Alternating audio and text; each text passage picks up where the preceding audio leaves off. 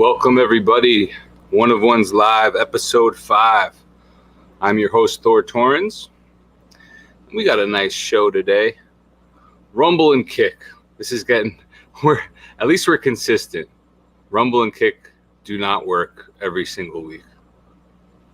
So hopefully we're still live. I need a professional streamer. So we're going to talk about a lot of cool things today. We're going to talk about a little bit of glucose. We're going to talk, because that was a big controversy this week. And we're going to talk about vertigo. There was a big account. I think his name is Bradley Martin. He's having some vertigo, so we're going to try to help him. Because that's what we do. We help people get better. And we're one of the best at it. And it's not a perfect science. It's not an exact science. Anybody telling you that they're shooting 100% or shooting 1,000, batting 1,000, they're liars. This is very specific and unique, and everyone's got a different history. I'm wearing a sweatshirt and a long sleeve today because this is one of the last weeks we're going to be outside live, and I get bit by bugs out here. So soon we'll be inside with a nice studio. We'll have one of those Shure microphones. Can you guys hear me? Give me a thumbs up or a comment, and any questions, Q&A. Any questions, post them in the chat. Let's get to some testimonials right off the bat. Everybody loves a good testimony. And at One of Ones, we get a lot of good testimonies. One of One's 671 members strong in just 4 months. And we're getting about 1 or 2 testimonies a day. And we actually just started a wins column in the community section. So check it out. I can only say, let's see if we could see this one. Is this pretty cool? I can only say that since doing the low vitamin A diet, I've noticed a dramatic decrease in cellulite. I've been doing the bison, beans, and rice pretty consistently. Great dish. I just had a big bowl post-workout. Went for a 5-mile run. Had a big old 2 bananas after the run to get that potassium. Then I had a big bowl, about a pound of bison, about a cup and a half of white rice, a cup and a half of beans. I put my 50-50 potassium, sodium, salt on there. 50-50 salt. It's just potassium and sodium. Really good stuff. And the funny thing about triglyceride, cellulite, we had a really good, and we blanked this member's name out because out of respect for her. She said she's going to do a big testimonial soon. She's just waiting for a few more months to lapse, which is cool. So one of our members said, underneath her win, one of our members wrote, quote, cellulite is triglycerides stored underneath the skin. Bile is made of triglycerides. Take the bile out with soluble fiber, then you need to make more bile. So you will take the triglycerides out of the blood and cellulite. This will reduce the LDL, which is the bad cholesterol, because LDL is just a bunch of triglycerides in a lipoprotein shell. In the liver, HDL can break that shell and release the triglycerides so the liver can make them into more bile. So cholesterol, triglycerides, cellulite all go down. Who doesn't like cellulite going away? And if you haven't looked around lately, our people are obese, our people have skin issues, and our people are pretty toxic. All right, let's look at the next review. And we'll pause it. First results on low vitamin A. The first thing I noticed was physically I did not seem to be so stiff and achy. The second thing I noticed is I'm sleeping better. The third thing I noticed is that mentally I'm a lot calmer and no anxiety. I'm 30 days in observing, eliminating vitamin A. Great. Stiff and achiness, that's huge. People chalk that up to aging. I cringe when I hear a guy say, oh, I'm so stiff and I'm getting old. It's like, you're not getting old. Your toxicity is increasing. Sleeping better is huge, and mentally calmer and no anxiety. Pretty much everybody, I don't want to say everybody, majority of the people I've interviewed on the One of One podcast majority of people experimenting with low vitamin A say no anxiety and way more calm, less irritable. And if you know anything about Chinese medicine, traditional Chinese medicine, they say the liver is the house of anger. And vitamin A, retinol, and alcohol converted into retinoic acid, getting into your liver, causing issues with anger, with anxiety. And so many people are way more calm and cool and less anxious, which, if you're a coffee drinker, coffee can deplete magnesium. Coffee can mess with magnesium. But what I've noticed is the other day I had my first cup of coffee in a while. I got zero anxiety from it. So it's not just the caffeine that's causing people to be anxious. It's also the toxic vitamin A. And don't believe us? Try it. He's 30 days low vitamin A, and he's calmer, and his anxiety went away. So many people having anxiety disorders. How to cure anxiety? Low vitamin A diet, topical magnesium chloride, get your potassium right, and stay the course.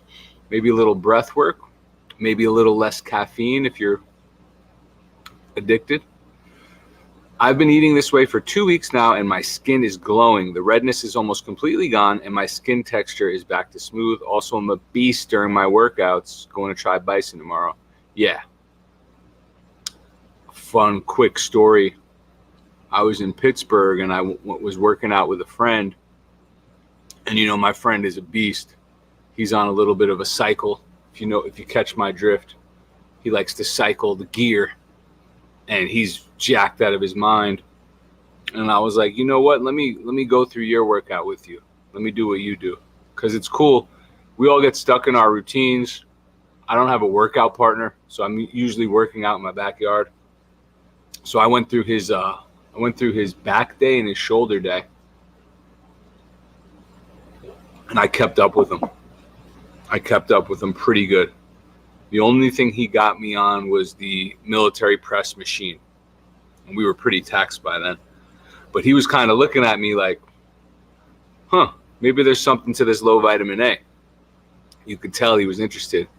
And on the way, he was getting his, coffee. Lunderground, you can hear me okay, right? Yeah. Listen, Granchen Rue is 9 years, going to be 10 years on a low vitamin A diet, and he still does black coffee. He reversed his debilitating eczema. He reversed his chronic kidney disease. He reversed his pre-onset dementia where he had brain fog. So what's the point? You can still succeed on a low vitamin A diet and have your coffee. Does that mean it's good for you? No. It's not good for you. It raises epinephrine, norepinephrine. It has you running on adrenaline. It's not good for your liver. It can slow down detox. It can cause bile dumps, this and that. But it's a performance-enhancing drug, and I still use it from time to time when I want to. I'll never go back to the everyday habit, 1, 2, 3 cups a day. I'll never go back to that. I'm looking at July as kind of like a coffee month. Going to go on vacation next week and a half. I'm going to do some coffee on vacation. And I might hate it and not even want to do it. Cool. The sound is great. Okay. Whoops.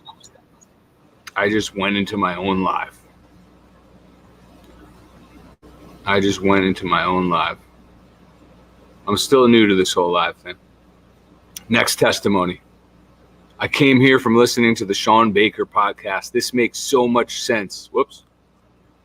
This makes so much sense compared to my observations, and I didn't even know it was a thing. Boom. So glad Thor talked on Sean Baker. I learned so much, and I'm finally sleeping much better. So excited to learn more about vitamin A. So yeah, guys, real quick. Sean Baker had me on his podcast. Thank you very much, Sean Baker. Thank you very much to the carnivore community. And guess what, guys? Lo and behold, there's people in the carnivore community who could be doing better. They got the first part right. They cut out they kind of went on a low vitamin A diet with just muscle meat, but then a lot of carnivores get bored and they go into dairy, they go into eggs.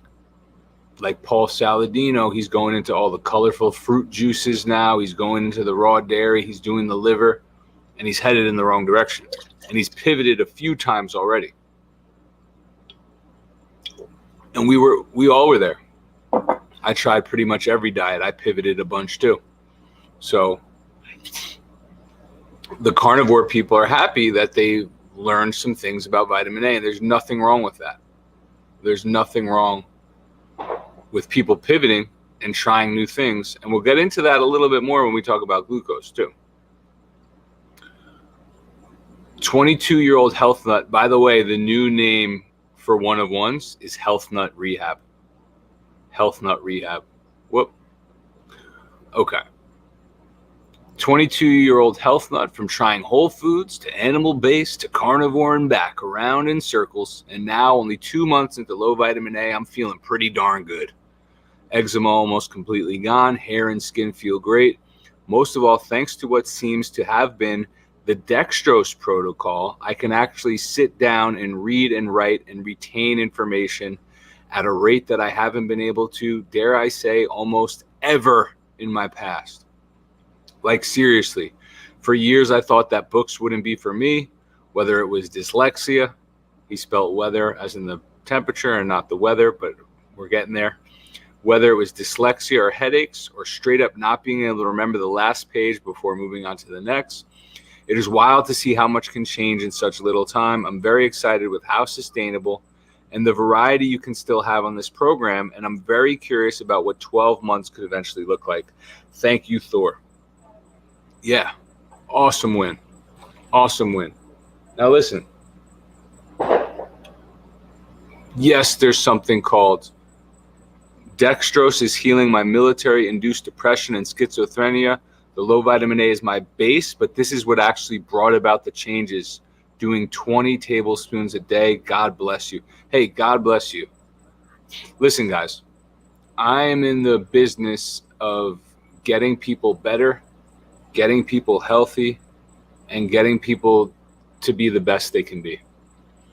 I work with homeless people. I work with MMA fighters. I work with professional NFL players.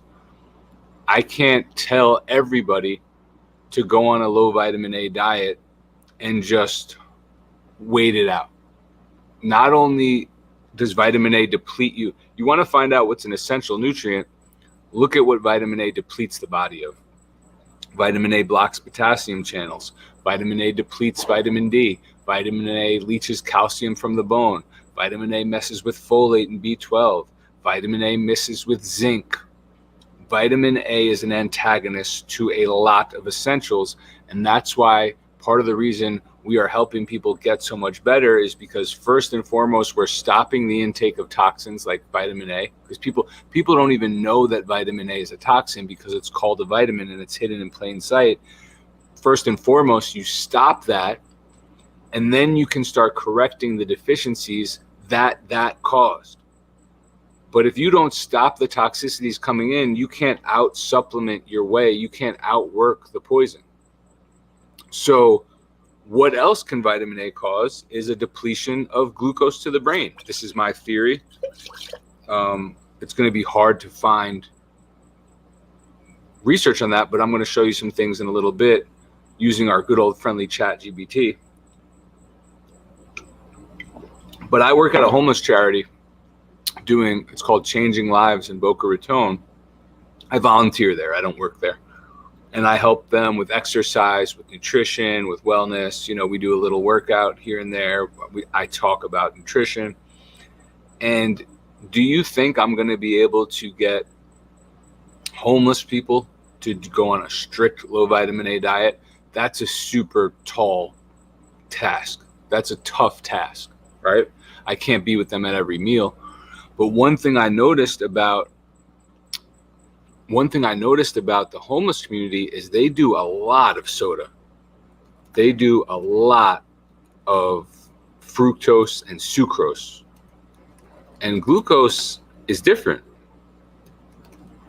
Glucose is way different. Glucose is a monosaccharide, okay? Fructose and sucrose is a polysaccharide. And they have different things they're types of sugar, but their structure. Glucose is a monosaccharide, right? It's a single sugar molecule. It's also known as dextrose. And it's in foods, but it's usually foods like fruits, honey, grains. It's a component, right? It can be honey is half glucose, or 20%, 30% glucose, and the rest is sucrose or fructose.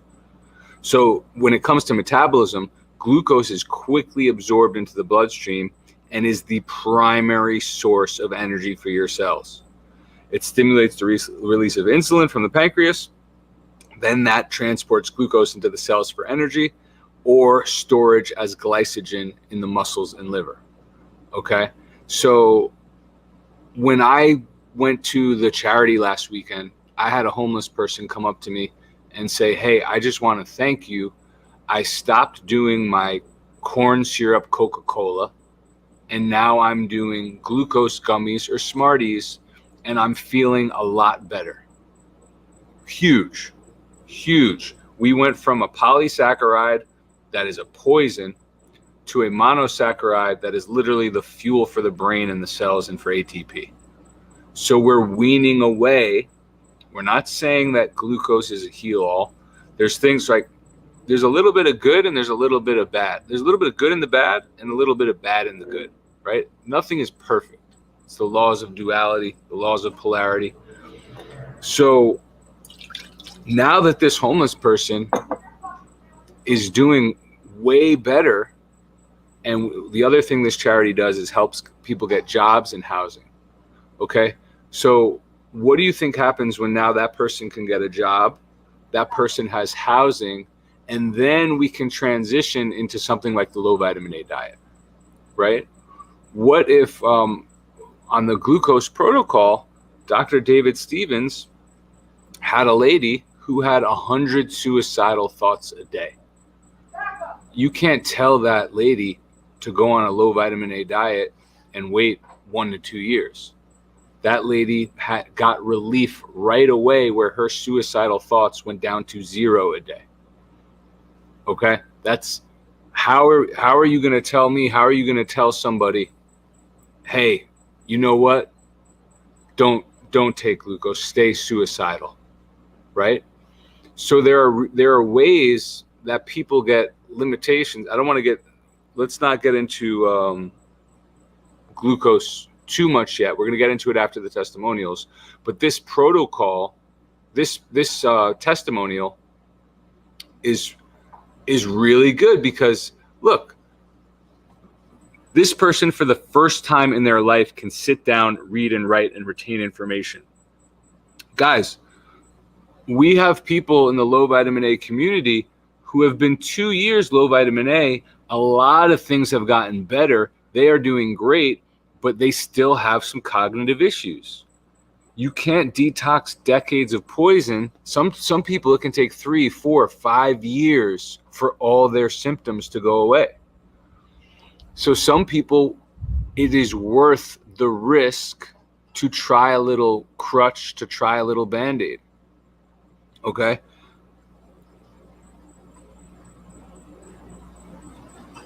It's worth the risk for some people. That doesn't mean it's for everybody. And that doesn't mean you have to go on this mega dose protocol. I had another guy who said, listen, I was feeling brain fatigue and depressed, and I had some dextrose and I felt better. Okay. He did that instead of his polysaccharide corn syrup. Here's another good one we got today. You look younger now than 20 years ago. It's crazy. That was from a childhood friend. We got childhood friends joining one-of-ones. Childhood friends are seeing, hey man, you've been on your health shit for a while. You're looking really good at 40. You know, what's your secret? Let's talk about this one. Let's go to this one and then let's go back one. This is from Brian's @7, the number 7. Everybody follow him. One-of-ones, baby. Picking up the kiddo easy. No back pain, no straining. We're doing 6 miles a day and eating right. Got actual compliments on my calves, which is weird, but at my age, I'll take it. By the way, someone guessed me at 28 yesterday. Look at this. Look at that Jack Dad. That's the dad bod. That's the dad bod. All right. This was a good post. We got about 200 people in here. We're going to go for even more people. Do me a favor, guy. Repost the spaces.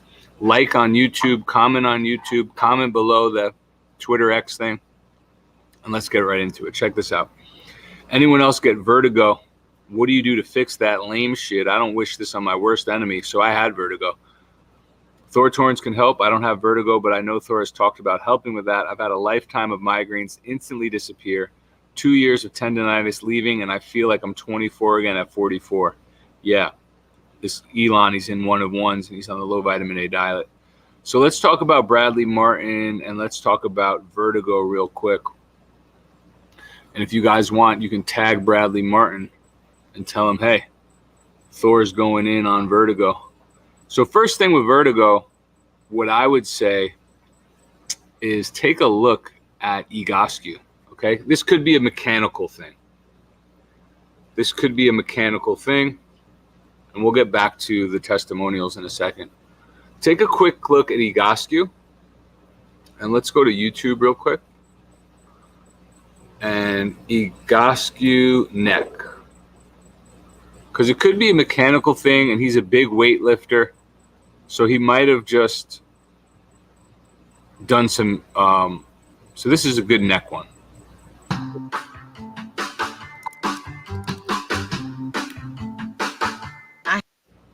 This is a good one to do, Tina. Caroline Weber here from the Egoscue Method in Del Mar, California.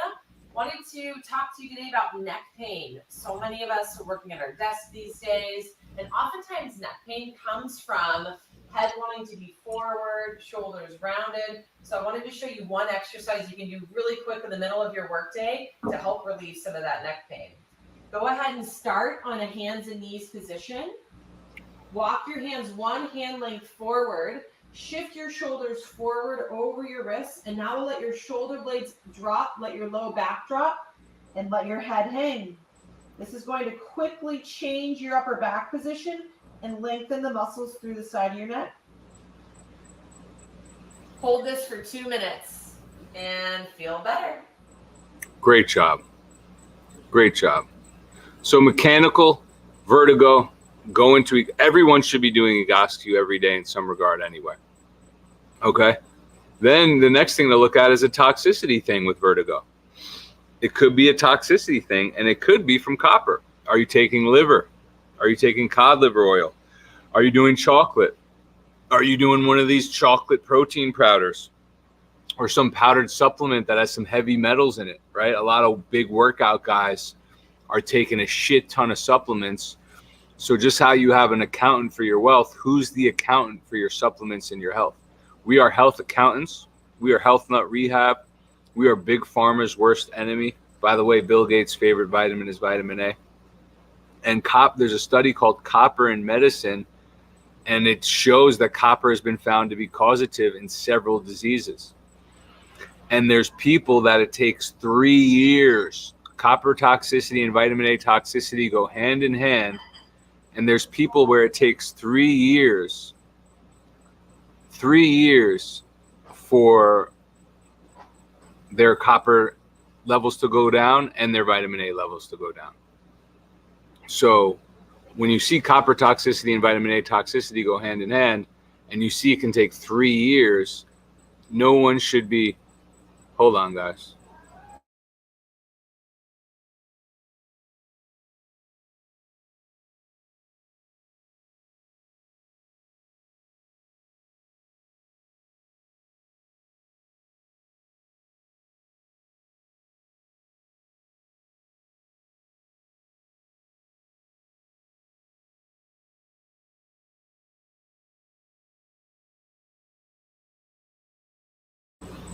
Okay, we are back. So copper toxicity, vitamin A toxicity going hand in hand. And maybe one of these supplements, these protein powders, we antagonize copper, zinc, and molybdenum. And it can take time. And you don't want to overdose on zinc either. because then that's an issue too. But don't supplement with copper. And then listen, vertigo can also be a glucose limitation event. Did you get hit in the head? I know Bradley Martin, I think, I didn't really know much about him until today. He got tagged, but I've seen him around. I saw him with Vitaly the other day catching pedophiles, which is awesome. And then I think I saw him sparring or fighting maybe. So did he get hit in the head? Because getting hit in the head, that's how I got my vertigo. And it wasn't until I had a little glucose that I started to get the vertigo gone. And even now, I wouldn't say I still get vertigo, but sometimes I still get like an aftershock of a brain fog or vertigo. Not really vertigo, but it's still, and glucose and dextrose have helped me a lot with that. If you have vertigo, here's some things I would try. I would go on the low vitamin A diet. I would get topical magnesium chloride, and I would put it on my neck. Or I would soak in a bath with magnesium chloride, 1 cup, 1.5 cup, and I would definitely check in with potassium. A big dude like that training, 4,500 milligrams a day, easily. And that's about 11 bananas, which is absolutely bananas. So let's talk about glucose for a little bit. And let's talk about why glucose does not have to be evil. Okay. Oh yeah. And then before we go into glucose, I had a few things on ChatGPT that I wanted to show you guys, because ChatGPT is kind of like Wikipedia and Google. It's kind of like, but it can be nonsense, right? It can be biased, but you can trick ChatGPT into admitting things that are known, that are out there, right? So can copper toxicity cause copper? That was not what I wrote. I wrote, can it cause vertigo? And one of the things copper toxicity can cause is neurological symptoms, headaches, dizziness, tremors, and confusion. It also can cause insomnia, and a lot of people with insomnia have copper toxicity. Okay. Can vitamin A toxicity cause vertigo? Yes, vitamin A toxicity can potentially cause vertigo and other symptoms. And it can cause vertigo and dizziness, nausea and vomiting, headache. A lot of people getting rid of their headaches on a low vitamin A diet. And look, excessive vitamin A can affect bone health, leading to bone pain and increased risk of fractures. Huge. You want strong bones? Go on a low vitamin A diet. They tell you to drink cow's milk. That's Rockefeller propaganda. We know better than to suck from the cow's nipple, and we have stronger bones because of it. And there's ladies. Dr. Garrett Smith had a lady in his Love Your Liver program, reversed osteoporosis. 2 years into a low vitamin A diet, the DEXA scan, the bone mineral density reversed and increased. And then look, could bile in the blood, cholestasis, cause vertigo? So cholestasis is a condition where bile flow from the liver is impaired, and it can potentially cause a range of symptoms, including vertigo. Okay, yes, we know it causes jaundice. Yes, we know cholestasis causes intense itching. Yes, we know it can cause fatigue, right? You basically have shit in your blood. You have a high vitamin A diet. Your liver makes poop. That poop is called bile. That bile is filled with retinoic acid, and that retinoic acid goes into your bloodstream. It can go anywhere and everywhere and cause havoc. And by the way, I am on my flesh niacin tonight, and it's starting to kick in. Can glucose help vertigo? Okay, glucose itself is not typically used to treat vertigo. However, there are situations where vertigo may be associated with low blood sugar levels, hypoglycemia, and especially individuals with diabetes or those prone to fluctuations in blood sugar. In such cases, consuming glucose can elevate symptoms of hypoglycemia, which can sometimes include dizziness. Okay, so here's where we go into some more tricky stuff with ChatGPT. Can a concussion lead to glucose not getting to the brain as a post-symptom? Yes, a concussion can potentially lead to issues with glucose metabolism and delivery to the brain, although it's not a direct consequence of the concussion itself, but rather due to secondary effects or complications that can occur following a head injury. Here's how a concussion can indirectly affect glucose delivery to the brain. Metabolic changes. Concussions can disrupt normal metabolic processes in the brain, including glucose metabolism. This disruption can affect how efficiently glucose is utilized by brain cells. Cerebral blood flow. Concussions can alter cerebral blood flow dynamics, potentially affecting the delivery of glucose and other nutrients to the brain. Reduced blood flow or impaired autoregulation of blood flow can impact the availability of glucose to the brain cells. Okay. So then, can supplementing with glucose restore that limitation? Supplementing with glucose may potentially help in situations where there's a temporary metabolic imbalance or hypoglycemia following a concussion or any condition affecting brain metabolism. Are there any positive studies on glucose helping the brain? Yes, there are studies that investigated the effects of glucose on brain function and cognitive performance. Glucose is the primary source of energy for the brain, and adequate glucose levels are crucial for normal brain function. This is why I can never hate on glucose, right? This isn't like methylene blue. This isn't like ivermectin. This isn't like liver supplements. We're talking glucose. We're talking the prime source of energy for your brain. Research has shown that consuming glucose can improve cognitive performance, particularly in tasks requiring sustained attention, memory, and cognitive flexibility. Now, let's go back to the review on One of Ones, where we have a member who is starting to experiment with glucose, and for the first time in their life, they can read a book. They never were able to read books. Okay, there's something else going on. Glucose is brain fuel. And there are some people who have a limited amount. There are some people who are depleted in glucose. It is that simple, guys. We do not have to overcomplicate this. I'm not saying that everyone should take glucose. I'm not saying that everyone should megadose and add a tablespoon per dose for 6 months. There's people who can take 1 scoop a week and get relief in that moment, just by adequately fueling their brain. You know, I work with MMA fighters and NFL players who have gotten banged on the head a lot. And what we're seeing is, and the theory and the studies and the research are showing, when you get hit on the head, that is called a glucose limitation event, where you go into a state of hyperglycolysis.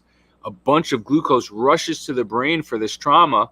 And then after the 20 minutes, that turns off and the valve turns down a little bit. So thereafter, for the rest of your life, potentially, you're getting less glucose to your brain. And this is why Dr. David Stevens had an MMA fighter who literally was walking around all the time looking for people to kill. He had to try his best not to fight everyone. And now that is totally gone since he's supplemented with glucose. That is massive.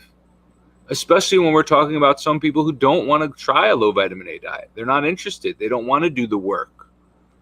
Okay, so that's a good low-hanging fruit, no pun intended, glucose joke, for some people to just get on the right track, right? If I can start someone with a little bit of, get them off fructose and sucrose, get them off the poisonous polysaccharide, get them on the good sugar glucose, then I can get a small victory, get them a win, and then they're more likely to follow me down the road of the longevity and the sustainable on the low vitamin A diet and fixing other essential minerals. It's that simple. Glucose has been found to alleviate mental fatigue and improve feelings of alertness and mental clarity. This is especially relevant in situations where individuals experience cognitive fatigue due to prolonged mental effort. Do you have a job that's super stressful? Do you have a job that is causing you stress, where you have to be focused for hours at a time? Do you know that staring at these screens, the blue light, lowers glucose in your brain? Right? These are all things, and once again, I'm not telling people that glucose is a cure-all. I'm not telling people to go on glucose for life. We are shining the light on a potential life-saving thing for some people. Studies have demonstrated that glucose administration can enhance memory performance, particularly in tasks involving And Dr. David Stevens does this R-bands test, right, which I'm very interested in. This suggests that glucose availability plays a role in memory consolidation and retrieval processes. Brain metabolism. Imaging studies have shown that glucose uptake in the brain correlates with cognitive function. Regions of the brain responsible for higher cognitive functions tend to have higher glucose metabolism. Low blood sugar levels can lead to cognitive impairment, including difficulties in attention, memory, and executive function. There are people out there, for whether they had physical trauma, whether they had psychological trauma, there are people out there that have had glucose limitation events that are not getting enough glucose to their brain. And for someone like me, it helped me tremendously. I had 7 concussions as a baby dropped on my head as a babysitter. That explains a lot. I know you guys are making jokes about me right now. Go ahead, make fun of me. Then as a 6-year-old, I was sleigh riding, smacked my head on a timeout real quick. As a 6-year-old, I had a sleigh riding mistake, hit my head, woke up in the ambulance, and the EMT said, "Do you know what day it is?"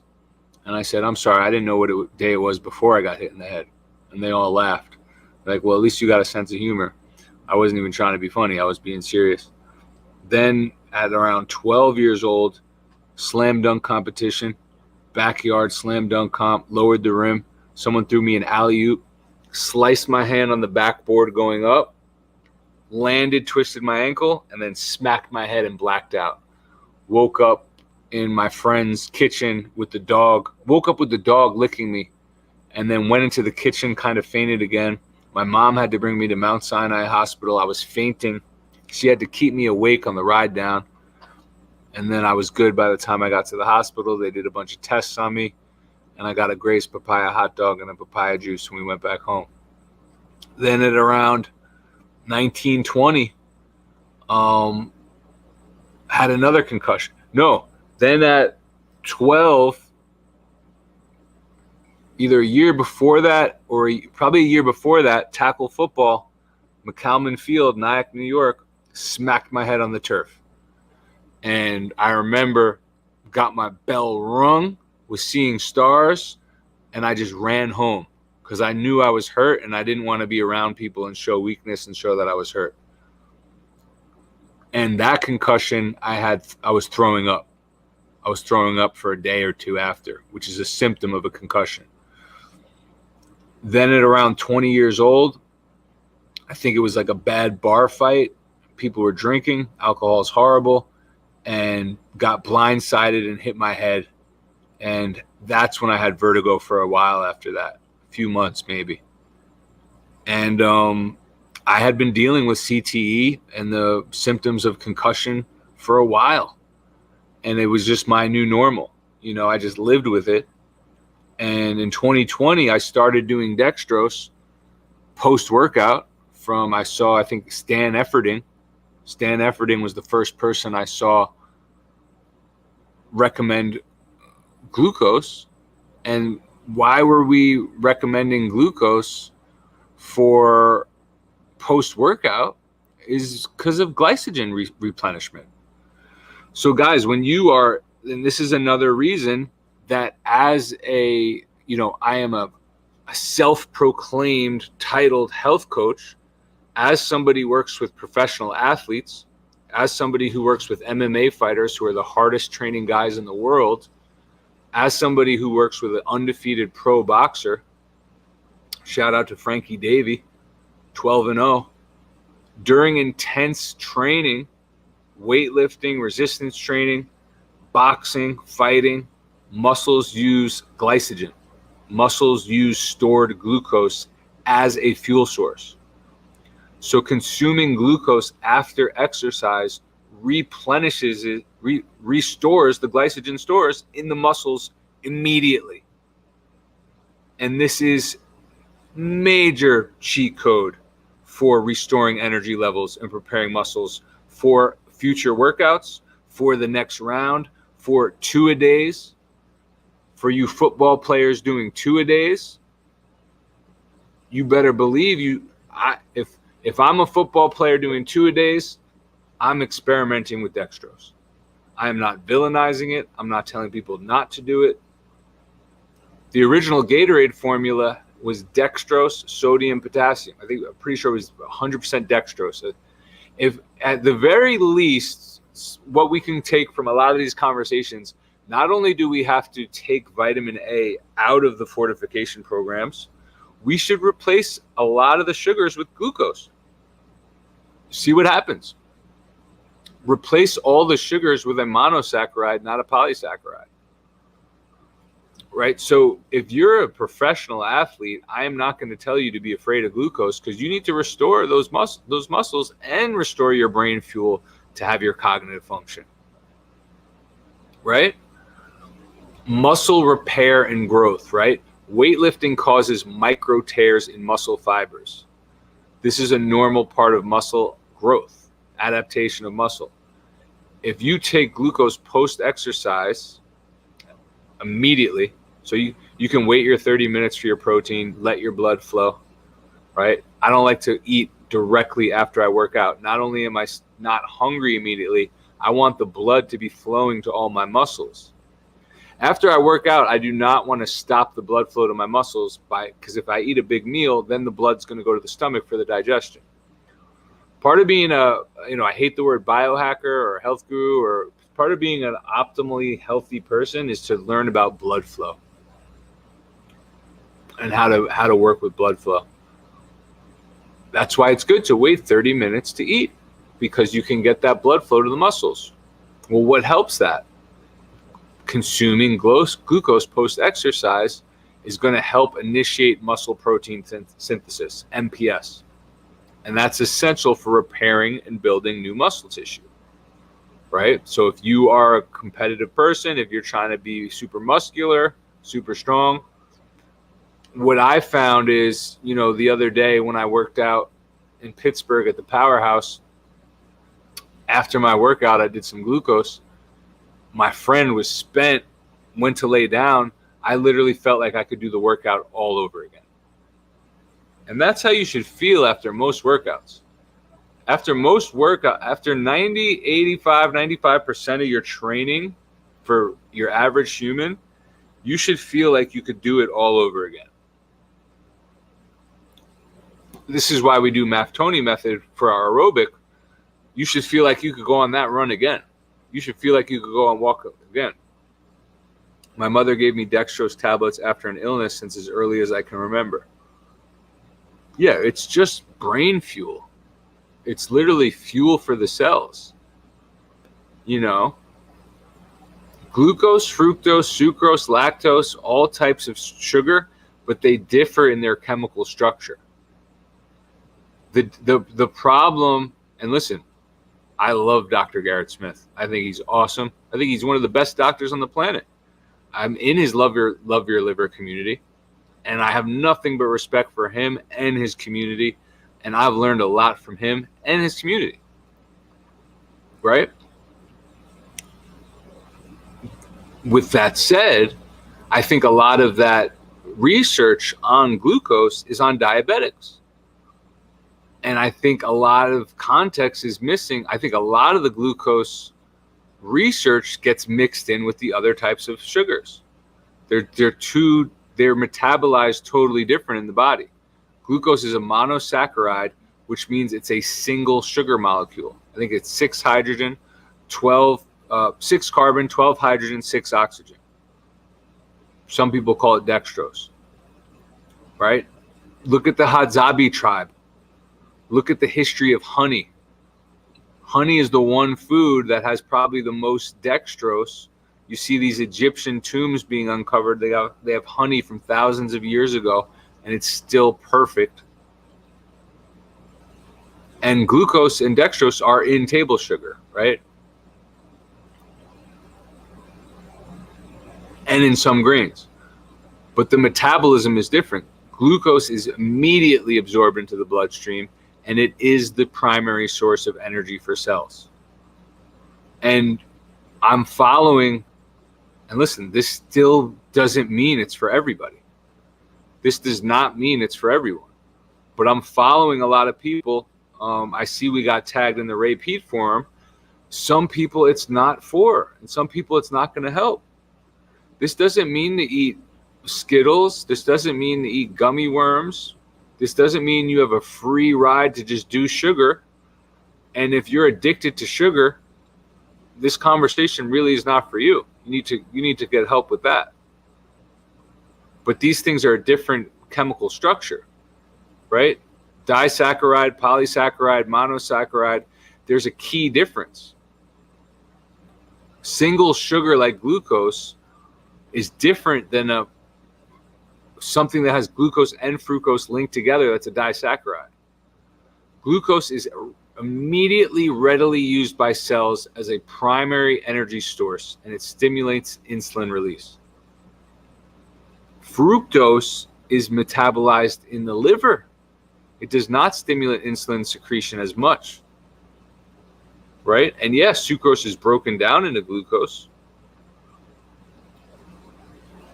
but there's a huge difference. And we got some cool, let's check out, there's some peer-reviewed research and of glucose fueling the brain, glucose restoration in the brain, short-term, crutch, Band-Aid, help. We had a guy 2 years on a low vitamin A diet. He said he did a little glucose and it helped his brain tremendously, right? Helped his brain tremendously. So what are we going to tell him? Don't take brain fuel. Just give it another 3 years. Give it another year. Wait till you fully detox toxic vitamin A. No, people want to feel, life is short. I don't look at glucose as a Band-Aid mask like other things. I look at it as people really are depleted of it. People really are depleted of it, and getting some to their brain, especially if you're on a low vitamin A diet and you're super clean to begin with. Listen, there's a reason glucose became so popular with people, and that people are still looking for answers, right? If you're in the low vitamin A community and you are still looking for answers, not everyone is 100% better yet, right? For whatever reason. And a missing component, a missing key, right? If I have people in my community for a few years and they're like, hey, I still have a few things going on. Okay, that's normal. First of all, it's super important to admit that we still have things going on, right? I have a long list of symptoms that have gone away on a low vitamin A diet, but I still have things going on. I avoided gallstone surgery on a low vitamin A diet, but I still feel things in my gallstone and liver once in a while, right? And the symptoms that you've had the longest can take the longest to go away. But I've had cold feet totally vanish. I've had thinning hair totally vanish. My sensitive teeth totally, I can drink cold water again. And I think on one of the last live streams, we showed that the vitamin A and the retinoic acid, basically cholestasis, the vitamin A goes into your blood, goes into your saliva, and can make your teeth yellow, and it can make your teeth sensitive. Of course it can. The hair on my shins has grown back. My shins were bald. I had no idea why that happened. I had seen a lot of guys in their 30s, 40s, 50s with bald shins, some totally bald legs. And it's like normalized. No. My goatee grows in way higher now. Dreams. A lot of people are reporting incredible vivid dreams all throughout the night on a low vitamin A diet. So what is that retinol and that dirty liver doing to the brain for sleep? My grip strength is through the roof. My body fat is down. I have a six-pack for probably like the first time in my life at 40 years old, and I don't do sit-ups. I don't do sit-ups at all. I might start doing them just to bring it in a little bit more, but my psoriasis is pretty much gone. What's interesting is it comes back, it flares up, and I think that could be something to do when I have a detox dump. But I had itchy psoriasis right here for 4 or 5 years. It had been going on, totally gone. which also means my dandruff is gone. I'm not getting flakes on my suits anymore. My eye floaters are pretty much gone, but I still get them once in a while. So my vitamin A serum level is still 37. In August, we'll do a live stream. I'm going to get retested and we'll see it. The teeth prints on my tongue are pretty much gone. I would have teeth prints on the side of my tongue, which in Chinese medicine has to do with the liver and the pancreas and the spleen. Hair on my knuckles is growing in. Nose hair is growing in. I would always say, why don't I have any nose hair? My nose hair was pretty much bald, and now that's getting thick and growing in, which is huge. Neuropathy on my left side is pretty much gone. Comes back from time to time, but pretty much like 95% better than it was. I used to get neuropathy on my left side that would go into my whole left side of my face tingling, my left neck tingling, my left leg. It would get bad at points. That's gone.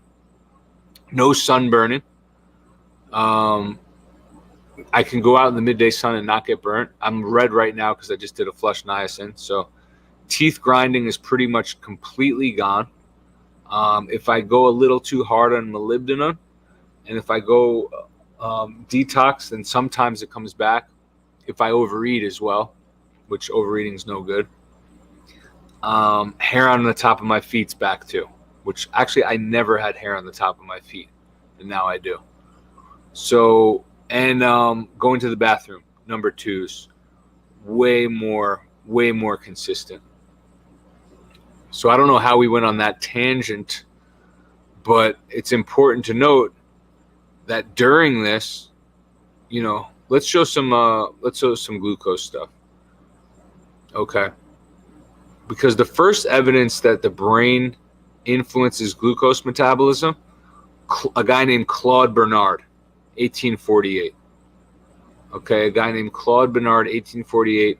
And what he observed was that the stimulation of the base of the fourth ventricle in rabbits caused a dramatic rise in blood glucose. And what he deducted was that the brain that's the only relevant location for glucoregulation, and it was widely accepted and until the discovery of insulin in the 1920s. And what they discovered was devoted to the investigating of the mechanisms of insulin secretion. These guys, that was the cornerstone research. And there's a good paper called The Control of Systemic Glucose Homeostasis, the Pancreas Connection. Let me see if I could find that. Maybe we can read that a little bit. Look at some of the research, the early research of glucose. And we'll get some to Q&A here too. We got a bunch of questions in the chat, the live chat. Oh yeah, we got some good action in the live chat. So let's check out some cool stuff here. And I'm learning and going through this with you guys, right? So this is called Hypothalamic Control of Systemic Glucose Homeostasis, the Pancreas Connection. Fluctuations in hormones and glucose levels. Oh, by the way, that reminds me, before we even go into that, let's play a little game with ChatGPT real quick. Because what's interesting about glucose, and it's a balance like most things, if you get glucose right, if your brain gets restored, glucose regulates the brain, right? Glucose regulates the brain, ChatGPT? Yes, glucose plays a crucial role in regulating brain function and supporting brain health. Okay, cool. Glucose is brain fuel. Simple. Does that mean that that restoring glucose in the brain can help regulate hormone levels?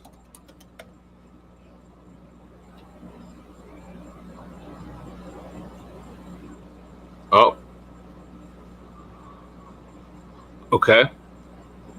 Restoring glucose levels in the brain primarily supports brain function and energy metabolism rather than directly regulating hormone levels to the body.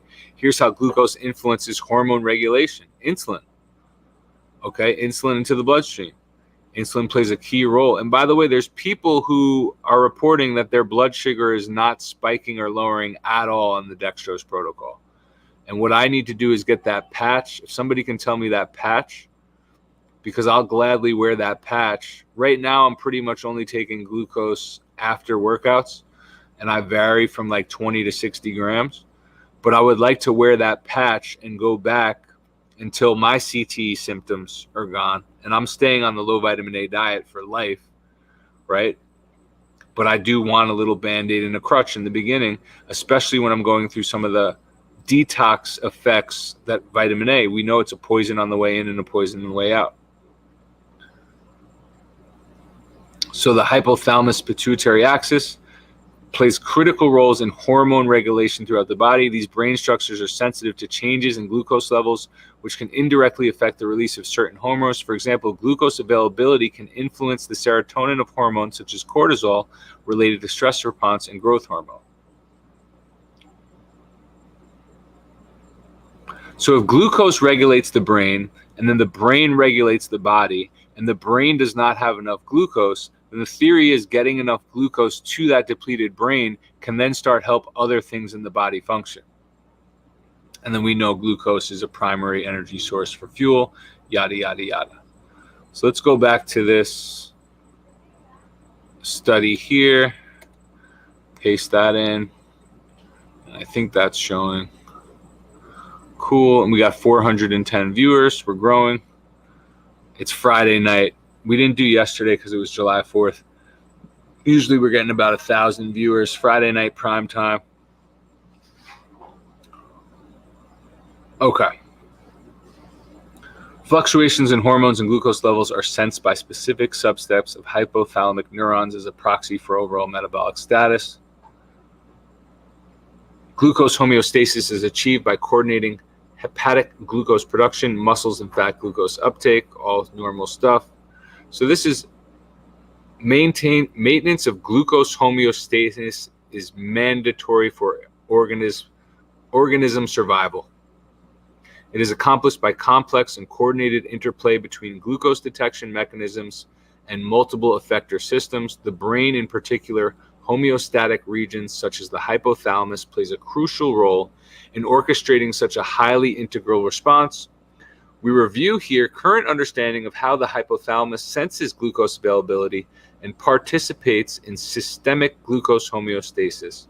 We provide an update of the relevant signaling pathways and neuron subsets involved, as well as the mechanisms modulating metabolic processes in peripheral tissues such as liver, skeletal muscle, fat, and especially the pancreas. We also discuss the relevance of these networks in human biology and prevalent metabolic conditions such as diabetes and obesity. So this is a good one to look into.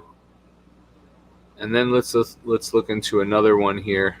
We got a few good studies on glucose, but we don't need to complicate glucose, and we don't need to be afraid of glucose. And not everyone has to do glucose, right? Not everyone has to do it. We know that the flow of glucose to the brain can be limited due to the sympathetic nervous system activation and also the chemical cascade caused by concussions, by head trauma, by psychological trauma. And there's still a lot to learn, and there's a lot of research, and there's also research that they're doing now with parasites, not parasites, Pericytes. What are pericytes? Part of the neurovascular unit and blood-brain barrier. And these play a significant role in the limitation of glucose to the brain, right? So it is very hard, and once again, all respect to Dr. Smith, love the guy. It's very hard to find objective research on just glucose toxicity, on just dextrose. Because all the studies, majority, and we saw this on the live stream, majority of discussions of glucose are tied to diabetes. It's all diabetes stuff. So there's going to be a few articles and more research, and I think the neurologists in Colorado and I think Dr. David Stevens, they're going to try to do a bunch of research on whether glucose itself is harmful or whether the body adjusts to the presence of glucose in ways that have been considered harmful or disease producing. Right? That's a big, there's a big difference between that. Let's check out this study here. It's called Glucose as a Major Antioxidant. And I know we don't love antioxidants. When, what for, and why it fails. A human organism depends on stable glucose blood levels in order to maintain its metabolic needs. Okay? A human organism depends on stable glucose blood levels in order to maintain its metabolic needs. So what if you are hypo, and what if you don't have enough to your brain? That means you are not getting your needs met. Glucose is considered to be the most important energy source, and glycolysis is postulated as a backbone pathway. However, when the glucose supply is limited, ketone bodies and amino acids can be used to produce ATP. We know that. Right? And if you want to watch some cool stuff with Karen Hurd, and she talks about how ketosis and ketones and the chemical structure where, yeah, your body will make protein into sugar. A, that shows you how important glucose is. Your body would die without it. B, it's a workaround. And what do we know about workarounds? They involve more work. They involve more tasks. But check this out. Check this out. In contrast,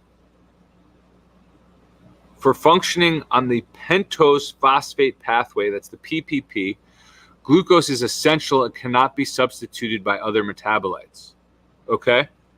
That means you can't do that with other metabolites. The PPP generates and maintains the levels of nicotinamide, adenine, dinucleotide phosphate, NADPH, needed for the reduction in oxidized glutathione and protein thiols, the synthesis of lipids and DNA, as well as xenobiotic detoxification, regulatory redox signaling, and counteracting infections. The flux of glucose into a PPP, particularly under extreme oxidative and toxic challenges, is critical for survival, whereas the glycolytic pathway is primarily activated when glucose is abundant and there is a lack of NADP+, that is required for the activation of glucose 6-phosphate dehydrogenase. An important role of oxygen stores and resistance to oxidative challenges is discussed.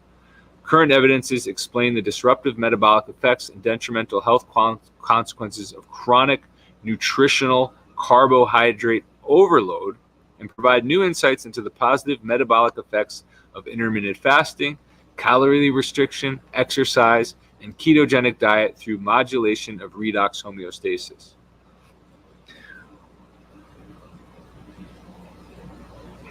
So this is showing the glucose-centric view of glucose metabolism in the cell, glucose in the cell, G1P to glycogen, G6P glycolysis, PPP, glycolysis and then back again, and then the PPP-centric view of glucose metabolism in the cell. The pentose phosphate pathway. So this is some views of glucose metabolism. Okay. Glucose availability is a major factor in the maintenance of redox homeostasis through the reduction in oxidized NADP+. And then it's used for subsequent reduction in oxidized glutathione and thiols. Right? So this is above my pay grade, but this is an amazing thing to come back and study and look at.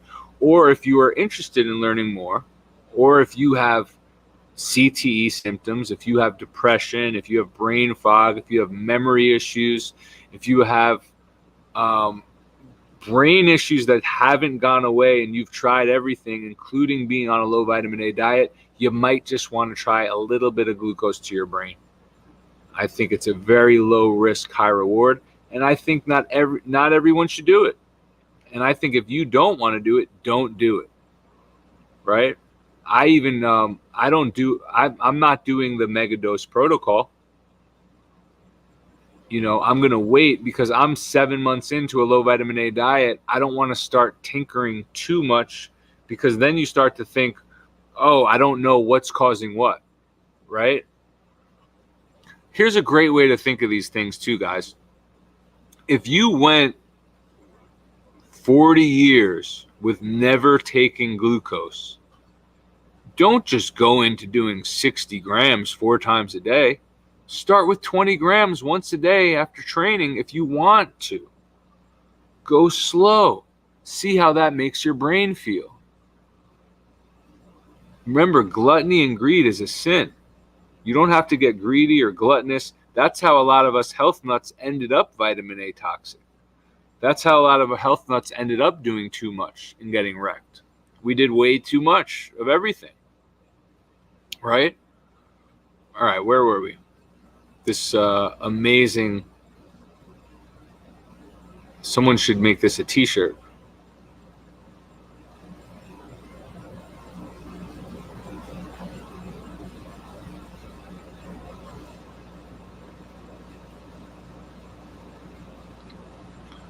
So this is the role of the redox sensors, the immune system, and the central nervous system in the regulation of blood glucose concentrations by the liver.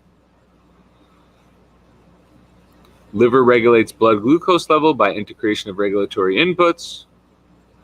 Nervous system, cortex, the brain, the autonomic nervous system, pancreas, glucose hormones, neuroregulation, glucose to the pancreas. That goes there. So the brain regulates the body. Just fascinating. And if you guys want to check this study, let me put this study in the chat. I think I can put it here. Let me know if you got that. Yep, there's that study. Then let me put that other study. Because this is not a conversation we just give up on. I'm not ready to throw away glucose. Glucose is brain fuel. I'm not ready to just villainize it. I am ready to tell people that it's not for everyone, and I do not want to, let's pump the brakes on like me being an agent trying to like disrail a movement. Low vitamin A to me is the key, is one of the biggest components. In no way am I trying to derail low vitamin A diet. I think everyone should be on low vitamin A diet. I think at least 1 out of 3 people are vitamin A toxic. And I think it's the reason all the autoimmune diseases are happening. And this is the reason I promote Granch and Rue and Dr. Garrett Smith all the time to everyone. I'm doing an all-encompassing thing. I work with athletes. I work with homeless people. I work with people who are not going to go on low vitamin A diet right away. And then if we can just switch them from bad sugar to good sugar, glucose, we can get an early victory. And then they're going to be more likely to compound victories. Right? That's how I'm looking at this. I don't have it as a course in one-on-ones. I have it as a community post. And I brought Dr. David Stevens on because I saw that it was helping certain people in certain situations. Okay? And I got a few more studies to show you guys.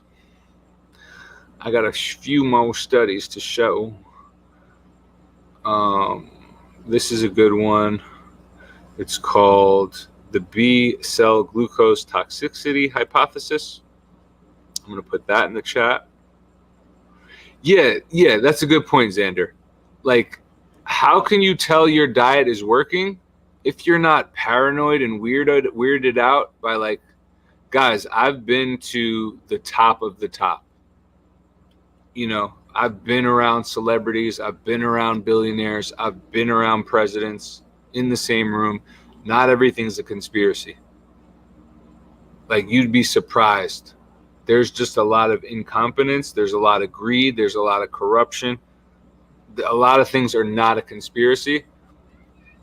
People need to chill out with, like, if someone has a different opinion of you, like, we are trying to figure things out. No one's got everything figured out. We're having great success,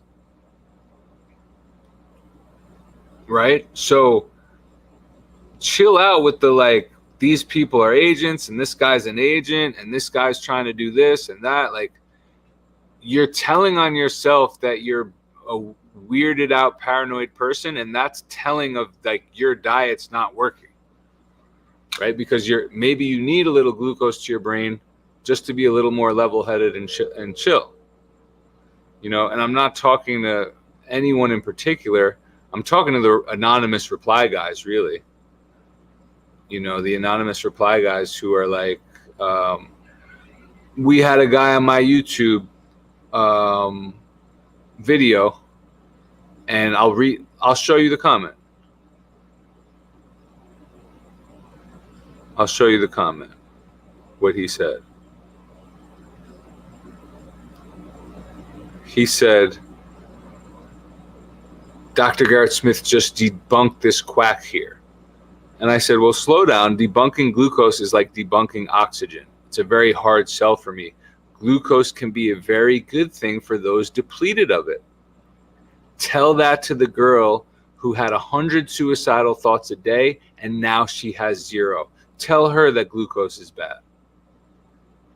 Because she's off of glucose now and she no longer has suicidal thoughts. So tell her that was a bad thing to not do. Then he goes, he's debunking the idea. And this guy, Russ, 107, 01 and 107, he means well.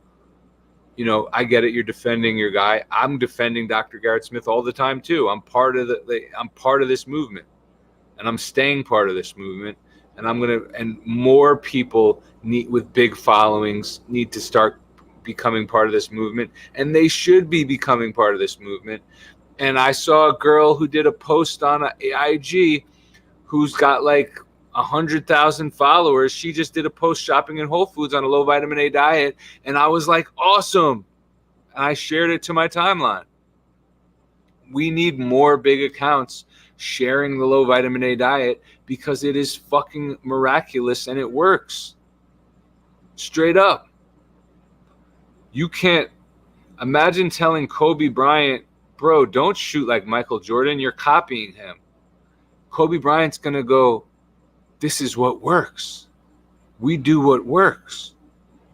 We're not trying to be artists and be creative. The health people who are messing up are the ones who are seeing this and their ego's getting in the way of like, oh, I'm just going to go against that because I don't want to copy that. Guys, certain things work. Being a master curator is an amazing trait to have. Studying everyone and taking what's great from them and what works from them is awesome. And there's a lot of people out here who get a lot of things right and then they get some wrong. And then there's people who are getting a lot of shit wrong, but they get a little bit right. And you can take bits and pieces. Stan Efferding's vertical diet. Cool in some ways, high in vitamin A in others. What did he get right? He wants to get all your vitamins and minerals and supplements from food. Bioavailability, no supplements. Get it from food. Awesome. What did he get wrong? He's got red peppers. He's got yogurt. He's got sweet potatoes. He's got eggs and milk. He's got, what did he get right? Rice, bison, lean red meats. But his monster mash is the glucose alone, I just feel is much smoother in its release than sugar. Yes. How many people out there are addicted to fructose and sucrose? And if step one could be just getting them to do dextrose instead. Hey, you got a sweet tooth and you bake brownies and cookies in your house? Try dextrose instead. You can use the dextrose powder to cook with. let's take one thing at a time. Hey, you drink 3 cups of coffee a day. Let's try 1.5. Then let's try a half a cup, and then let's try none. I'm not going to villainize dextrose or glucose. And then, yeah, Stan Efferding got a lot right, but what he didn't get right was that it's a kind of a high vitamin A diet, and then you see a lot of guys like that have to end up going on steroids. If you were already high T and you were already jacked, and then you went on steroids, cool, because you just want an edge. If you were low T and you had to go on steroids, I don't want to hear about your diet or supplement protocol. What you did failed. What you did not work. So I don't want to hear about diet and supplements because you were forced to go on synthetic hormones to get your testosterone to the point where you had libido. Nothing wrong with that. I'm not knocking it. I just don't want to hear about your diet because what you did was wrong, right? So another thing that people are getting major relief on with glucose is headaches.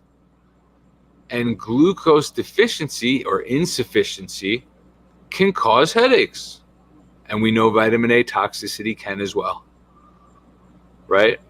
And there's a lot of research on migraine, brain glucose metabolism, the metabolic face of migraine. And then what I'm most interested in is in glycolysis and hyperglycolysis. So let's see if there's a study on migraines and glucose. And we got a bunch of questions here to get to. So we don't have 1,000 viewers today, but we got way more questions and comments than normal, which is awesome. And it's Friday. Usually we're doing it on Thursday. Thursday is Thursday. Migraine, brain glucose metabolism, and the neuroenergetic hypothesis. So it highlights the role of brain glucose metabolism of migraine remains unclear. The rationale for brain energy deficit in migraine. The role of postprandial hypoglycemia and brain insulin. So low blood sugar causing problems in pressure and headaches in the brain. Brain insulin resistance may be linked between episodic and chronic migraine.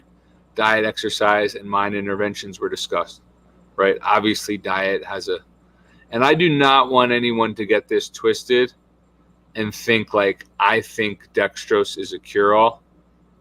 I do not think dextrose is a cure-all for everything. I do not want, and I'm posting this study to the chat as well.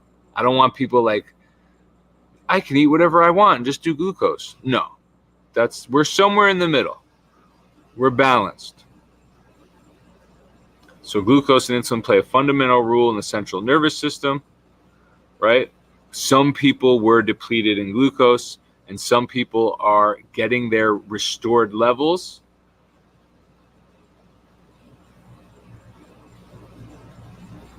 The brain has high energy requirements. 20% of the oxygen and 25% of the glucose consumed by the human body are employed in maintaining cerebral functions. Although glucose is the mandatory energy substrate of the adult brain, the brain is capable of using alternative substrates to enable adaptation to certain metabolic conditions such as fasting, oxidizing ketone bodies to meet the brain's energy demands. Lactate also is another main alternative fuel for the brain, as both ketone bodies and lactate are able of crossing the blood-brain barrier through monocarboxylate transporters, MCTs, in endothelial cells, astroglia, and neurons. Hypoglycemia was considered a precipitating factor in migraine headaches as far as 1975. So this is super interesting. If you guys want to look through this study, I just put it in the chat. Glucose metabolism. There's a lot more to learn about glucose. Here's another one I'm going to put in.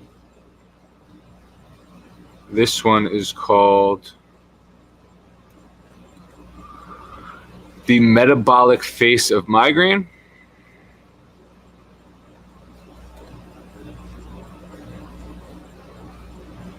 So once again, I am not telling people to take glucose.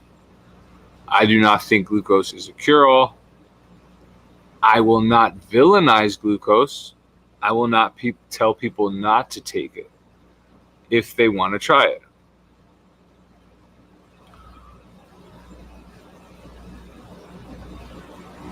Especially if people are suffering. Okay, so there's that study. And then we're going to look at some other studies here with glycolysis and hyperglycolysis following a head injury. So concussions, I had several. They lead to a chemical cascade in the brain. That includes greater glucose concentrations, hyperglycolysis, and then the theory and the research is showing that after that traumatic event, the valve gets turned down and you get less glucose to your brain. Less glucose. So cerebral traumatic injury. Whoops.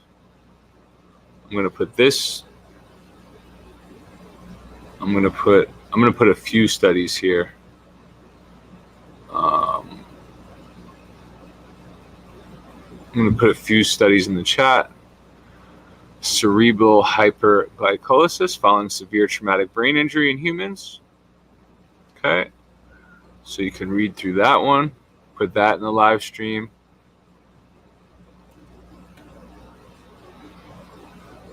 So what is this showing? That when you get a brain injury, you get less glucose to your brain, and that glucose limiting event can last for a long time. And that if you then restore that, your cerebral metabolism following a traumatic brain injury, here's another one. This one is called cerebral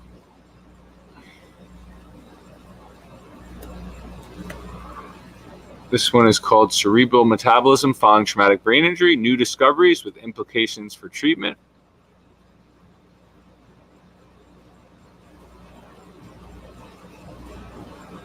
Okay, then we have another one called cerebral traumatic injury and glucose metabolism, scoping review. I'm going to put that in the chat for you guys to look through. Xander, you doing 100 grams of fiber a day, my brother? How's that going for you?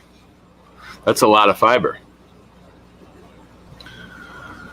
So cerebral traumatic injury and glucose metabolism, and they're reviewing the influence of metabolic dysfunction of glucose after brain injury. Okay? The glucose metabolism in brain involved in brain signal conduction, neurotransmission, synaptic plasticity, and cognitive function.